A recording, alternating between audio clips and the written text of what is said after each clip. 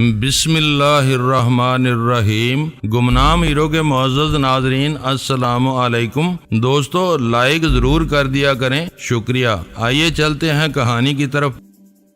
اس بیچاری کی 15 روز بعد شادی ہونے والی تھی۔ تم تصور نہیں کر سکتے کہ وہ بہن کا سہارا بننے کے بجائے اس کا زیور لے بھاگا اور بعد میں ایک سینما کے قریب سے ہیروئن کے نشے میں دھوت گرفتار کر لیا گیا۔ پورا گھرانہ تباہ ہو گیا۔ اب کون اس کی بہن کا ہاتھ تھامے گا؟ مجھے زیادہ دلگیر نہ کرو یار، میں نے آہستگی سے کہا۔ میں بھی یہ سب دیکھتا اور پڑھتا رہتا ہوں، لیکن ہم کیا کر سکتے ہیں؟ کوئی سامنے ہوتا تو اسے ہی ٹھکانے لگا دیتے۔ B4 کا سراغ نکالنا، اس نے رازدارانہ لہجے میں کہا اور میں ہنس پڑا۔ B4 اس کے سامنے بیٹھا تھا اور وہ اسی کا متلاشی تھا۔ وہ اندازہ کرنے سے قاصر تھا کہ تنظیم کس قدر پیچیدہ تھی اور اس میں B4 کس قدر مجبور و بے بس تھا۔ اسے مار دو گے تو باقی لوگ ہوشیار ہو جائیں گے۔ C1 کا تم ہی نے انکشاف کیا ہے، وہ خود یا کوئی اور B4 کی جگہ سنبھال لے گا۔ یہ چکر تو ختم نہیں ہوگا، کوئی تو ہوگا جس کے بال بوتے پر یہ سارا کھیل چل رہا ہوگا۔ وہ قدرے جلا گیا۔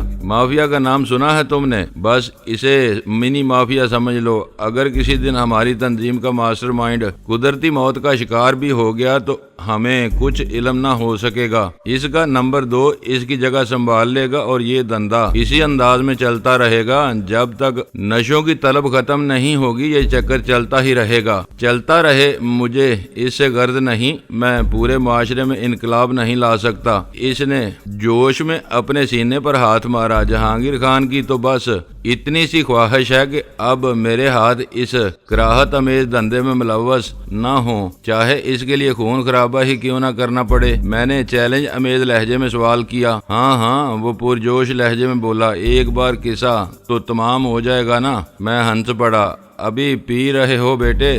ذرا سی لگی ہوئی ہے۔ ذہن سے دھند صاف ہوگی تو ننھی منی سی بیوی کی بیوگی کا خیال آئے گا اور سارا جوش بلبلے کی طرح بیٹھ جائے گا۔ تم پھر بیوی کا ذکر نکال بیٹھے۔ وہ غصیلے لہجے میں گرایا۔ بیوی میری ہے اور یاد تمہیں رہتی ہے۔ تم ہی اسے اہمیت دیتے ہو، لہذا مجھے بھی اس کا خیال رکھنا پڑتا ہے۔ میں نے موضوع کی نزاکت بھانپتے ہوئے محتاط لہجے میں کہا۔ مجھے معلوم تھا کہ شادی کے بعد ہی سے ان دونوں میں ٹھنی رہتی تھی اور اس کی بیوی سلمہ تو کئی بار میری حوصلہ افزائی کی کوشش کر چکی تھی، لیکن میں نے جہانگیر کی دوستی کے حوالے سے کسی بے جا اقدام سے ہمیشہ گریز ہی کیا، جس کی بنا پر وہ مجھ سے چڑھنے لگی تھی۔ جس دن بہت زیادہ خیال رکھنے کی کوشش کی، تمہاری گردن جڑ سے اکھاڑ دوں گا۔ وہ نئے گلاس سے ایک لمبا گھونٹ لے کر بولا۔ اسے جہنم میں ڈالو اور مجھے کوئی ترکیب بتاؤ۔ میں سنجیدگی کے ساتھ گلو خلاصی چاہتا ہوں، بس دعا ہی کر سکتا ہوں کہ سرگرمیوں کا موجودہ تعطل مستقل ثابت ہو اور تمہیں اگلی کھیپ ملنے کی نوبت ہی نہ آئے۔ میں نے پرخلوص لہجے میں کہا۔ یہ بھی ظلم ہوگا، ہیروئن کے آدھے سے زیادہ شکار پاگل ہو جائیں گے یا تڑپ تڑپ کر مر جائیں گے۔ یہ ایسا موذی نشہ ہے کہ اپنا علاج بھی خود ہی ہے، معالج تو بس نگرانی میں رکھ کر خوراک کی مقدار میں بتدریج کمی کرتا جاتا ہے۔ پھر ایک ہی صورت باقی رہ جاتی ہے کہ B4 سے رابطہ ہو تو مرغ کی طرح بانگ دینی شروع کر دینا۔ میں نے سنجیدگی سے کہا۔ پھر بہکنے لگے۔ وہ آنکھیں نکال کر بولا۔ درست کہہ رہا ہوں میرے عزیز، B4 سمجھے گا کہ تمہارا دماغ چل گیا ہے اور وہ تمہارا پیچھا چھوڑ دے گا۔ تم منافق اور دغا باز ہو۔ وہ جلا کر بولا۔ میری مدد ہی نہیں کرنا چاہتے؟ تم میرے ساتھ مل جاؤ تو میں دیکھتا ہوں کہ B4 میرا کیا بگاڑ لیتا ہے۔ اگر ایسی ہی بات ہے تو پھر مل کر اگلی کھیپ کڑوا دیتے ہیں۔ اندر سے مخبری ہوگی تو پھر خود ہی پسپائی اختیار کرنے پر مجبور ہو جائیں گے۔ اس نے مایوسانہ انداز میں سر ہلا دیا۔ ناممکن طریقہ کار کچھ ایسا ہے کہ مال کے ساتھ میں خود پکڑا جاؤں گا۔ آخری لمحے تک علم نہیں ہو پاتا کہ مال کہاں اور کیسے آ رہا ہے۔ پتہ چلتا ہے تو اسی لمحے مال میری تحویل میں ہوتا ہے اور اس کی جواب دہی میری ذمہ داری ہوتی ہے۔ میں اس کے برابر میں جا بیٹھا اور اس کے شانے پر ہاتھ رکھ کر بولا۔ آج پہلی بار مجھے یقین آیا ہے کہ تم واقعی اپنے موجودہ دھندے سے متنفر ہو چکے ہو۔ اب سے پہلے تک تمہاری گول مول بول باتوں سے میں یہی سمجھتا رہا کہ تم میری وفاداری کا امتحان لینے کی کوشش کرتے ہو۔ میں ضرور کوئی راہ نکالوں گا، لیکن یہ باتیں اپنی ذات تک ہی محدود رکھنا۔ اس نے ایفائے عہد کے اظہار میں پرجوش طریقے پر ہاتھ ملایا اور بولا، لیکن یہ نہ بولنا کہ میں B4 سے C1 کا ذکر بالکل نہیں کروں گا، کیا پتا سالہ سنک ہی جائے۔ یہ حماقت نہ کرنا، میں نے پورے خلوص سے کہا۔ اگر C1 کا آدمی ہوا اور B4 کو اس بارے میں بتا بیٹھا تو وہ تمہاری طرف سے بدگمان ہو جائے گا، جواب دہی مشکل ہو جائے گی تمہارے لیے۔ بس تمہاری اسی حرکت سے میں چڑھتا ہوں، پہلے خود ہی ایک بات کو دلائل سے صحیح ثابت کرتے ہوئے، اور جب اسے مان لیا جائے تو اپنے ہی دلائل سے اسے یکسر رد کر دیتے ہو۔ اپنی عقل بھی تو استعمال کیا کرو، دوسروں کے دلائل پر اس قدر انحصار کرتے رہے تو B4 تو کیا چڑیا کے بچے سے بھی ٹکر لے کر نہ جیت سکو گے۔ دوسروں کی بات مت کرو، تمہیں میں عقل کل سمجھتا ہوں، اسی لیے تمہاری ہر بات مان لیتا ہوں۔ وہ وضاحت آمیز لہجے میں بولا اور میں گلاس کی تلچھٹ صاف کر کے اٹھ گیا۔ کہاں چلے؟ ابھی تو بوتل کا پیندہ خاصی دور ہے، وہ حیرت سے بولا، لیکن وہ مجھے روکنے میں کامیاب نہ ہو سکا کیونکہ میرے ذہن پر C1 یا قاسم کی طرف سے خلش سوار ہو گئی۔ آخر اسے میری ایسی کیا ضرورت تھی کہ وہ میری تلاش میں جہانگیر تک سے رجوع کر بیٹھا تھا۔ میں جہانگیر کے گھر سے سرور کے عالم میں روانہ ہوا تھا اور ڈرائیونگ سے لطف اندوز ہونے کے لیے کار ایک نسبتاً طویل لیکن غیر مصروف راستے پر ڈال دی تھی کہ چند ہی منٹ بعد عقب سے ایک برق رفتار موٹر سائیکل گراتی ہوئی نمودار ہوئی اور آنن فانن میں میری کار کے برابر آ گئی۔ لہجہ بھر کے لیے موٹر سائیکل رفتار دھیمی ہوئی اور وہ میری کار کے پہلو بے پہلو دوڑتی رہی۔ میری چھٹی اس نے خطرے کا سگنل دیا، لیکن اسی لمحے موٹر سائیکل سے کسی بے آواز ہتھیار سے فائر کیا گیا۔ شاید میں غیر شعوری طور پر کار کی رفتار بڑھا چکا تھا، لہذا گولی مجھے نشانہ بنانے کے بجائے عقبی کھڑکی کا شیشہ توڑتی ہوئی کار کے کسی اندرونی حصے میں آ گھسی اور میرا ہاتھ اسٹیئرنگ پر بہک گیا۔ اگر میں فوراً ہی بریک نہ لگاتا تو میری کار فٹ پاتھ پر کسی درخت یا بجلی کے کھمبے سے جا ٹکرائی ہوتی۔ اسی اثناء میں موٹر سائیکل سوار تمام روشنیاں گل کر کے انتہائی تیز رفتاری کے ساتھ آگے بڑھتا چلا گیا۔ مجھے اتنی بھی مہلت نہ مل سکی کہ اس کے حوالے کا ہی جائزہ لے سکتا۔ اپنی تمام روشنیاں گل کر کے اس نے نمبر دیکھ لیے جانے کا امکان بھی ختم کر دیا تھا۔ رہی میری گاڑی کے ہیڈ لیمپس کی روشنی تو وہ اسٹیئرنگ پر ہاتھ بہکنے کے باعث پہلے ہی سڑک کے بجائے فٹ پاتھ پر پڑ رہی تھی۔ اس نے رک کر اپنے فائر کا نتیجہ دیکھنے کی حماقت نہیں کی تھی۔ انجن کی آواز ہی سے میں نے اندازہ لگا لیا تھا کہ موٹر سائیکل کا انجن بہت طاقتور تھا اور میرے لیے سنبھل کر اس کے تعاقب میں روانہ ہونا بے سود ہوتا۔ میں نے اپنی کار سڑک کے کنارے لگا لی اور انجن بند کیے بغیر سگریٹ سلگا کر اس نامعلوم حملہ آور کے بارے میں سوچنے لگا۔ جس انداز میں گولی چلائی گئی تھی اس سے ظاہر ہو رہا تھا کہ وہ کوئی اتفاق یا غلط فہمی نہیں تھی بلکہ ایک سوچا سمجھا قاتلانہ حملہ تھا۔ C1 یا قاسم میری تلاش میں جہانگیر سے رجوع کر چکا تھا۔ شاید اسے میرے اور جہانگیر کے گہرے مراسم کا بھی علم تھا، لہذا اس نے اپنے کسی گرگے کو واضح ہدایت کے ساتھ جہانگیر کے گھر کی نگرانی پر مامور کر دیا تھا۔ وہ شخص ہدایت کی روشنی میں میری کار پہچاننے کے بعد اطمینان سے میری واپسی کا منتظر رہا، پھر چلتی موٹر سائیکل سے مجھ پر ایک بے آواز فائر کر کے فرار ہو گیا۔ وہ تو میرے ستارے ہی اچھے تھے کہ کار کی رفتار میں اچانک اضافے کے باعث اس کی چلائی ہوئی گولی میری کھوپڑی کے بجائے عقبی کھڑکی کے شیشے کے ٹکڑے اڑا سکی تھی۔ سگریٹ کے چند گہرے کاش لے کر میں نے کار آگے بڑھا دی۔ اس وقت شہر میں قاسم کے سوا کوئی میرا ایسا دشمن نہیں تھا جو میرے لہو کا پیاسا ہوتا اور اس کے جنون کے واضح اسباب موجود تھے۔ سب سے بڑی بات تو یہ تھی کہ پہلے میں اس کا محکوم تھا، پھر A2 کی عنایت سے حاکم بنا دیا گیا۔ دوسرا سبب رکشی کی ذات تھی، وہ قاسم کی دوست اور A2 کی ایجنٹ تھی۔ پہلے اسے مخبری کے لیے سکندر علی کے پیچھے لگایا گیا، پھر جب مجھے B4 کا منصب ملا تو اس نے مجھ پر ڈورے ڈالنے چاہے۔ وہ مجھے نہیں پہچان سکی، لیکن میں نقاب پوش کے روپ میں اسے سکندر علی کے مکان میں ہر زاویے سے بخوبی دیکھ چکا تھا۔ مجھے پھانسنے کے لیے وہ خود میرے دام میں آ پھنسی اور جب اس کی بہکی کہانی میں نے A2 تک پہنچائی تو اس نے بلا تامل رکشی کے قتل کا سنگ دلانہ فیصلہ صادر کر دیا، جسے پایا تکمیل کو پہنچانا قاسم ہی کے فرائض میں داخل تھا اور قاسم کو مجبور ہو کر رکشی کو روپوش کرنا پڑا۔ وہیں سے میری اور اس کی ٹھنی تھی۔ بظاہر ہم دونوں تنظیم کے اہم اراکین تھے اور فرائض کی ادائیگی کے سلسلے میں ایک دوسرے سے تعاون کر رہے تھے، لیکن ایک دوسرے پر وار بھی کرتے جا رہے تھے، اور مجبوری یہ آ پڑی تھی کہ سب کچھ جانتے بوجھتے ہوئے بھی کسی ایک کو دوسرے کی چیرہ دستیوں کا شکوہ تکجا اعتراف بھی کرنے کی جرت نہیں تھی۔ میری دانست میں کچھ بعید نہ تھا کہ اگر حملہ آور قاسم خود ہی ثابت ہوتا۔ گھر پہنچتے ہی چوکیدار سے خبر ملی کہ ڈرائنگ روم میں کوئی مہمان منتظر تھا، جبکہ سلطان شاہ کافی دیر پہلے واپس آ کر مہمان کی وجہ سے خوابگاہ میں جا گھسا تھا۔ پورچ سے ذرا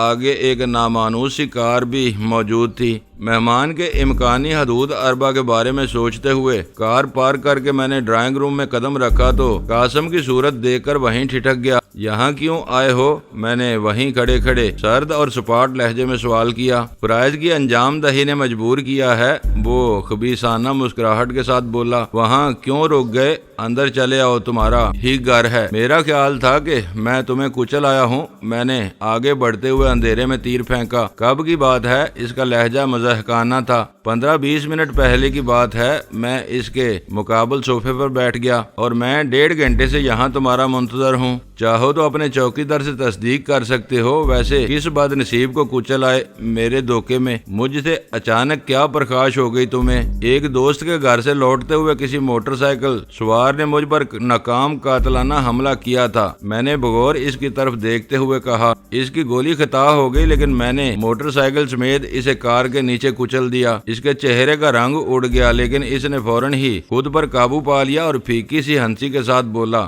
اتنے بدگمان کیوں ہو میری طرف سے؟ میری تم سے کون سی دشمنی ہے جو تم پر قاتلانہ حملہ کرتا؟ زمین کا دور لد گیا، اب تو فساد کے 2 ہی بہانے رہ گئے ہیں، زر یا زن۔ میں نے معنی خیز لہجے میں کہا، پیسے کی نہ تمہیں کمی ہے نہ مجھے۔ وہ بولا، پھر عورت سے کیا مراد ہے تمہاری؟ کسی اور سے نہ پوچھ لینا۔ میں نے طنزیہ لہجے میں کہا، عورت عورت ہوتی ہے، چاہے تم اسے کچھ بھی نام دے لو۔ رکشی کا کچھ پتا چلا؟ نہیں۔ اوہ، سمجھا۔ وہ چونکنے کی اداکاری کرتے ہوئے بولا، کہیں تم مجھے اور رکشی کو ایک ہی کشتی کا مسافر تو نہیں سمجھ رہے؟ میرے سمجھنے یا نہ سمجھنے سے حقائق تو نہیں بدل سکتے۔ میں نے سپاٹ لہجے میں کہا۔ وہ خاموش ہی رہا۔ وہ حملہ آور کون ہو سکتا ہے؟ چند ثانیوں کے توقف کے بعد اس نے سوال کیا۔ ہوگا کوئی، اسے جہنم میں ڈالو۔ میں نے اس کے تجسس کو نظر انداز کرتے ہوئے کہا، یہ بتاؤ کہ کس فرض کی انجام دہی نے تمہیں یہاں آنے پر مجبور کیا ہے؟ تم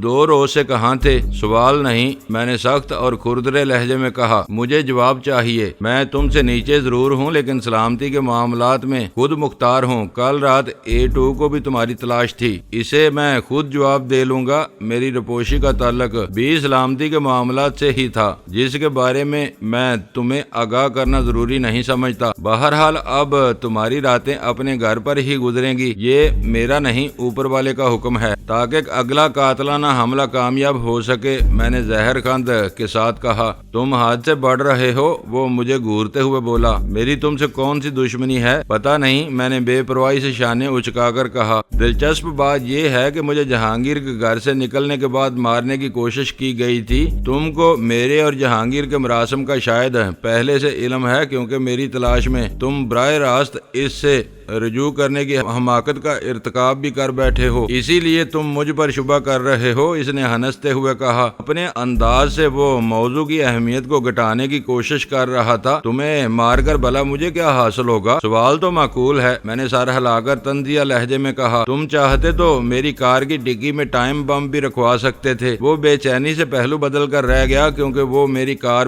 کی ڈگی میں بم رکھوا چکا تھا۔ پھر رکشی نے ہمدرد بن کر فون پر مجھے انتباہ کیا تو میں نے بر وقت بم سے چھٹکارا حاصل کیا، لیکن میں نے اسے پورے واقعے کے سلسلے میں قاسم کو ایک لفظ بھی نہیں بتایا تھا۔ اس نے رکشی کے ذریعے کئی کوششیں کی تھیں اور اس فراق میں تھا کہ میں اس سے اشارتاً بھی رکشی کے خطرے کا ذکر کروں تو وہ میرے کسی اور گروہ کی نگاہوں میں آ جانے کا یقین دلا کر A2 سے میرے خاتمے کی ہدایت حاصل کر سکے۔ اس طرح وہ بآسانی مجھے اپنے اشاروں پر نچا سکتا تھا۔ ہم دونوں میں شدید سرد جنگ جاری تھی، دونوں ایک دوسرے کے حربوں سے واقف تھے، لیکن کھل کر بات نہیں ہو رہی تھی۔ اس دھمکی کا کیا ہوا جو کسی نے تمہارے گھر کو تباہ کرنے کے بارے میں دی تھی؟ میں نے اسے ذہنی چوکا لگانے کی نیت سے وہ چبھتا ہوا سوال کیا۔ کچھ کر گزرنے والے دھمکیاں نہیں دیتے، وہ فخریہ لہجے میں بولا۔ ابھی تک تو کوئی نہیں آیا، اور آیا تو زندہ لوٹ کر نہیں جا سکے گا۔ میں نے پورا انتظام کر لیا ہے۔ میں اس کے جھوٹ پر دل ہی دل میں ہنس کر رہ گیا۔ تم نے اب تک یہ نہیں بتایا کہ میری تلاش میں تم اس قدر بے چین کیوں تھے؟ اس وقت حالات خراب ہیں، اپنے آدمی نگاہوں میں رہیں تو اچھا رہتا ہے۔ کل رات A2 نے فون کیا تھا، اب ہم اس سے رابطہ قائم نہ کر سکیں گے، کسی مجبوری کی وجہ سے لاہور کا نمبر ترک کر دیا گیا ہے، ضرورت پڑنے پر وہ خود ہی رجوع کرے گا، اسی لیے راتیں گھر پر گزارنے کا مشورہ دے رہے تھے۔ ہاں، وہ چند لمحے کے لیے خاموش ہوا، اپنی ریسٹ واچ پر اچٹتی سی نگاہ ڈالی، پھر بولا، ایک بات میری سمجھ میں نہیں آتی کہ تم اپنے تعاقب کی کسی کوشش کو برداشت کیوں نہیں کر پاتے؟ اپنی آزادی پر ڈاکہ کوئی بھی برداشت نہیں کرے گا۔ میں نے کہا، جب بھی کوئی نگاہوں میں آ گیا برا اشر کروں گا۔ حفاظت کے لیے ساتھ رہنا اور بات ہے، چوروں کی طرح چھپ کر تعاقب کرنا ذلیل حرکت ہے۔ 2 روز پہلے میرے ایک آدمی کے ساتھ تم نے بہت برا سلوک کیا تھا، وہ ابھی تک ہسپتال میں ہے۔ تمہارا آدمی ہجوم کو اکسا کر سرک گیا تھا اور لوگ اس وقت تک اسے مارتے رہے جب تک اس نے بے ہوشی کی اداکاری شروع نہیں کی۔ تم حکم بھی دو گے تو اب کم از کم وہ میرا پیچھا نہیں کرے گا۔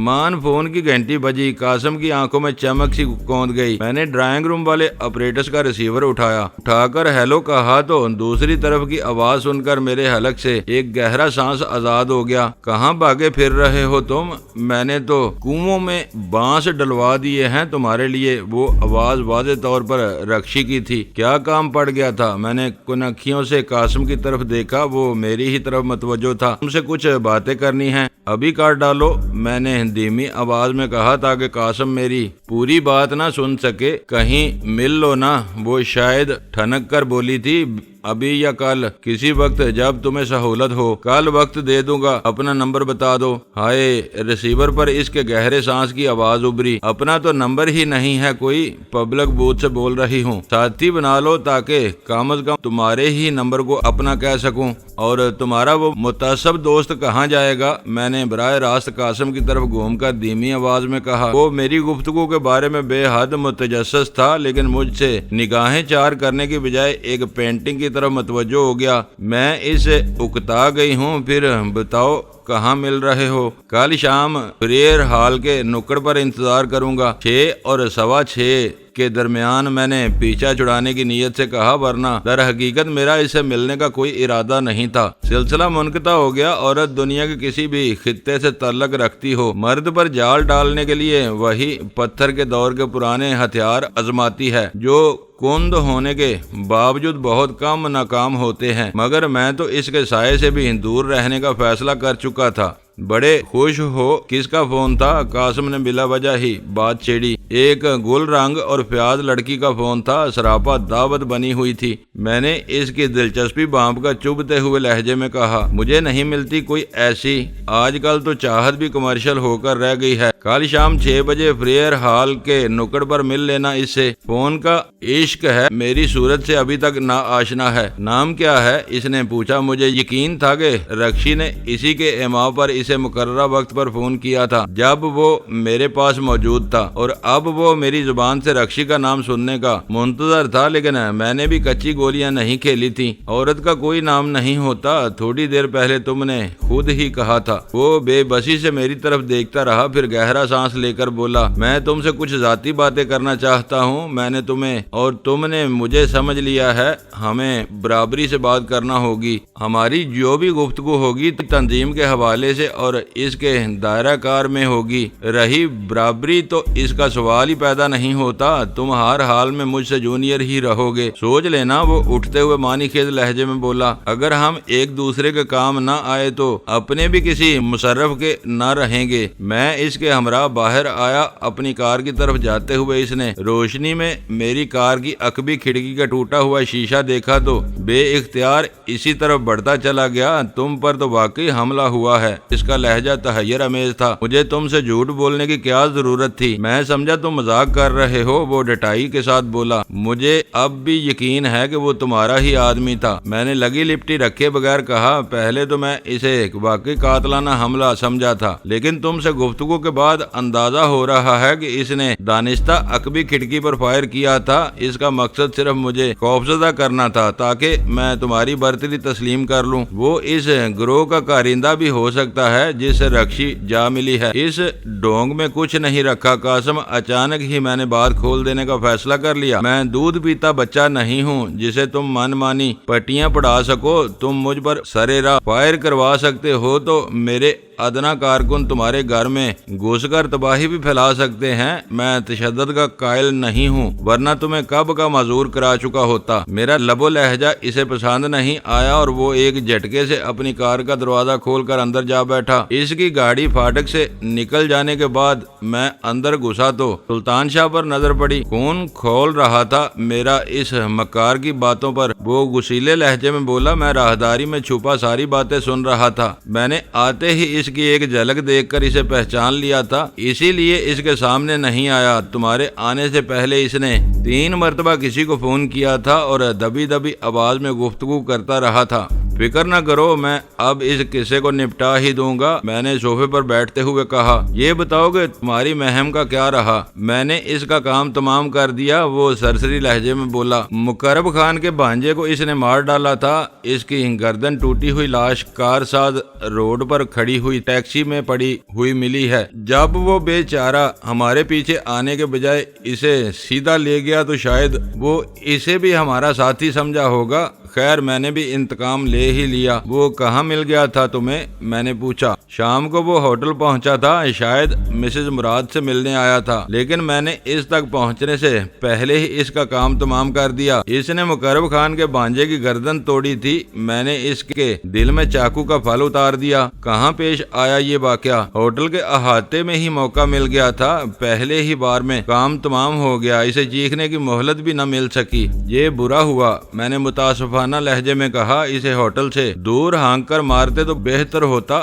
لاش ہوٹل میں دریافت ہوگی، لہذا عملے سے لے کر وہاں مقیم مسافروں تک کو شناخت کے لیے طلب کیا جائے گا۔ مسز مراد اسے دیکھ کر اپنے رد عمل پر قابو نہیں پا سکے گی اور پولیس کی بے رحمانہ باز پرس کی ذات میں آ جائے گی۔ ہاں یہ تو میں نے سوچا ہی نہیں تھا۔ وہ پیشانی پر ہاتھ مار کر بڑبڑایا، سب کچھ کر سکتا ہوں، لیکن جب دماغ پر خون سوار ہو جائے تو عقل باریکیوں کو نظر انداز کرتی چلی جاتی ہے۔ پھر چونک کر بولا، ہاں وہ تم پر حملہ کا کیا چکر تھا؟ چلتی موٹر سائیکل سے بے آواز فائر کیا گیا تھا، پچھلی کھڑکی کا شیشہ برباد ہو گیا۔ کیا وہ واقعی اسی قاسم کا آدمی تھا؟ اس نے غصیلے لہجے میں سوال کیا۔ اسے بھول جاؤ، ایک طرف غزالہ کی تصویر کا معاملہ ہے، دوسری طرف لاہور کے معاملات ہیں، تیسرا محاذ قاسم کے خلاف کھلا ہوا ہے۔ موجودہ حالات میں ہم اتنے خطرات مول نہیں لے سکتے۔ قاسم کا معاملہ شاید آج ہی نمٹ جائے۔ کچھ کر گزرنے کا ارادہ ہے؟ اس نے ٹٹولنے والے لہجے میں سوال کیا۔ میرا خیال ہے کہ آج A2 کا فون ضرور آئے گا، مجھے اس سے 2 ٹوک بات کرنی ہوگی۔ میرے ذہن میں ایک واضح منصوبہ ترتیب پا رہا تھا۔ یہ تو تم کر ہی لوگے، لیکن مجھے رہ کر مسز مراد کا خیال آ رہا ہے، وہ اپنے بے ساختہ رد عمل کی بنا پر ضرور پولیس کی نگاہوں میں آ جائے گی۔ اس کا بیان ہمارے حق میں زہر ثابت ہو سکتا ہے۔ جو ہو گیا سو ہو گیا، اب اسے بھول جاؤ، وقت پڑنے پر دیکھی جائے گی۔ سلطان شاہ بہت زندہ دل اور یار باش آدمی تھا۔ ابتدا میں اجنبیت کے باعث وہ بہت کم بولتا تھا اور بولتا بھی تھا تو محتاط رہتا تھا، لیکن اس رات تو اس نے قصے اور لطیفے سنا کر مجھے بے حال کر دیا۔ میں کھانے کے بعد شراب نوشی کے شغل میں مصروف ہو گیا اور اس نے اداکاری اور صوتی تاثرات کے ساتھ اپنی زندگی کے عجیب و غریب تجربات سنانے شروع کر دیے۔ آہستہ آہستہ گفتگو بے تکلف تلفانہ ہوتی چلی گئی تو مجھے اندازہ ہوا کہ اس کی یادداشت لطیفوں سے بھی مالا مال تھی۔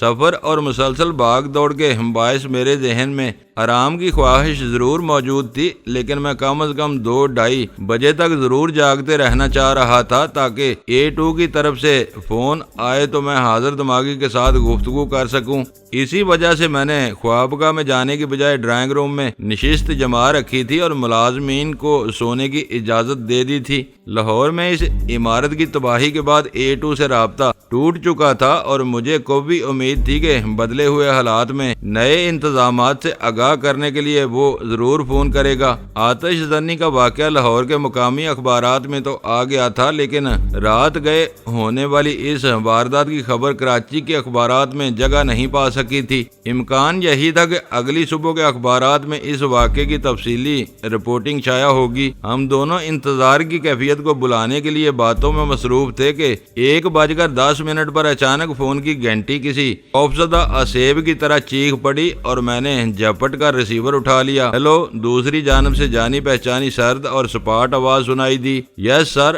میں فوراً ہی مؤدب ہو گیا۔ میرے لہجے سے سلطان شاہ کال کی نوعیت سمجھ گیا اور اس کے چہرے سے دبے دبے جوش کا اظہار ہونے لگا۔ تم 2 روز سے کہاں تھے؟ ریسیور پر A2 کی سرد اور کاٹدار آواز کانوں کے راستے دماغ تک اترتی چلی گئی۔ میں اہم کاموں میں مصروف تھا سر۔ اس نادیدہ شخص کی آواز سنتے ہی میرے وجود پر ہلکا سا لاشعوری خوف طاری ہو جاتا تھا، جسے میں کوشش کے باوجود ذہن سے جھٹکنے میں کامیاب نہیں ہو پاتا تھا۔ دوستو، ویڈیو کو لائک ضرور کر دیا کریں۔ ISI پاک آرمی زندہ باد، پاکستان پائندہ باد۔ معزز ناظرین، اپنا خیال رکھیے گا اور اپنے اس چینل کا بھی شکریہ۔